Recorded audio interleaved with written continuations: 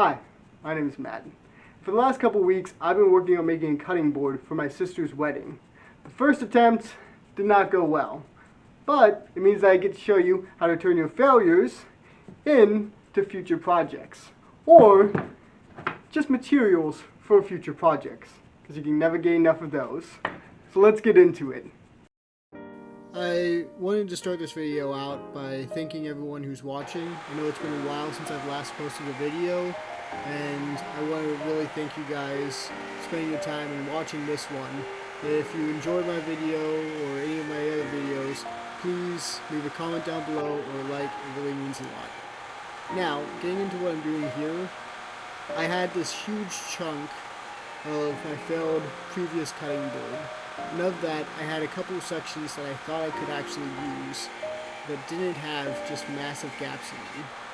So I'm just cutting those sections out and trying to clean off the side so I can get some good blanks for future projects. Out of this failed project, I was able to get the two scales that you see here, as well as these 4 pieces of a smaller section on the side of the project.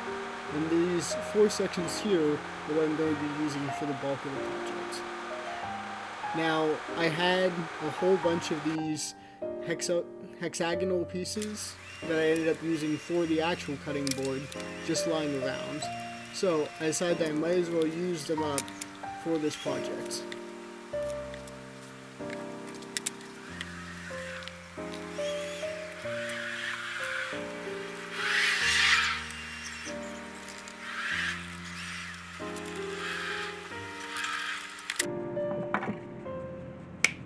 And once I made all 3 of the rings that I was going to use and I had let them dry, I could just focus on cleaning up the mating surfaces as well as just making things a little bit more round so I wouldn't get quite as much turbulence when I was turning. The real focus here though is just to clean up the faces.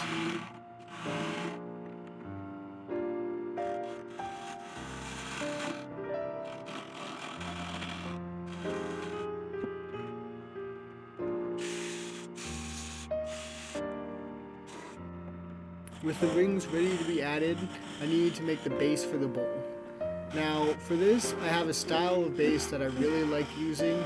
It's done making a whole bunch of just really fun kind of indentations and having a little bit of extra design flair into the base. And that's what you're seeing me do here. I like to add these basic grooves, and then I end up putting small little rivets later on in the project.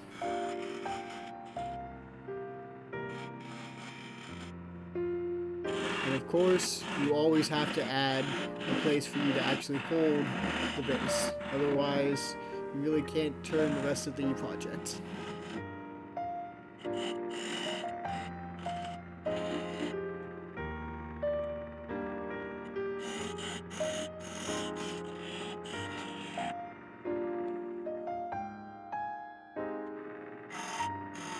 And here are those little decorative rivets that I was mentioning earlier.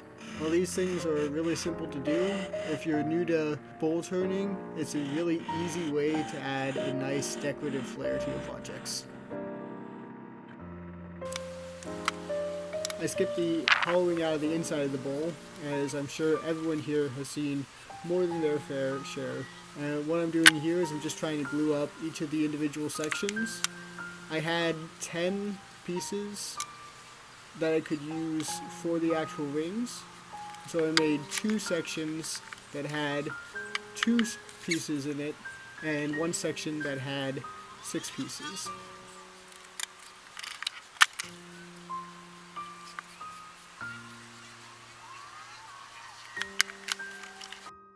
And once I had the glue dried, I could just start focusing on cleaning up the bowl itself.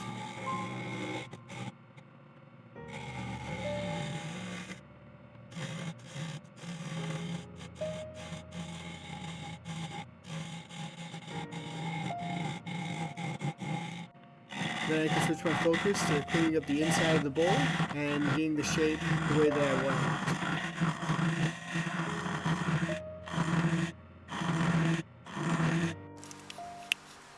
I wanted to try and clean up any of the extra gaps that I had.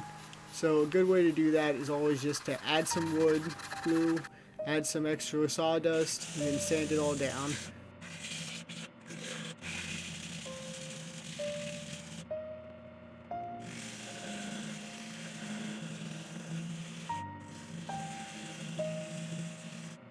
Now, once I was finished with the sanding, I could just start putting on the finish that I wanted.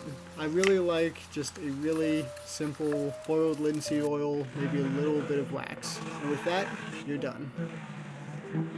I hope you guys really enjoyed this project. It was a really fun thing to make. And I just wanted to keep motivating you. If you have any projects that you think failed, you can always give them a second life. With that all said, I hope you guys enjoyed my video. Please leave a like and subscribe or comment down below, and have a wonderful day. Goodbye.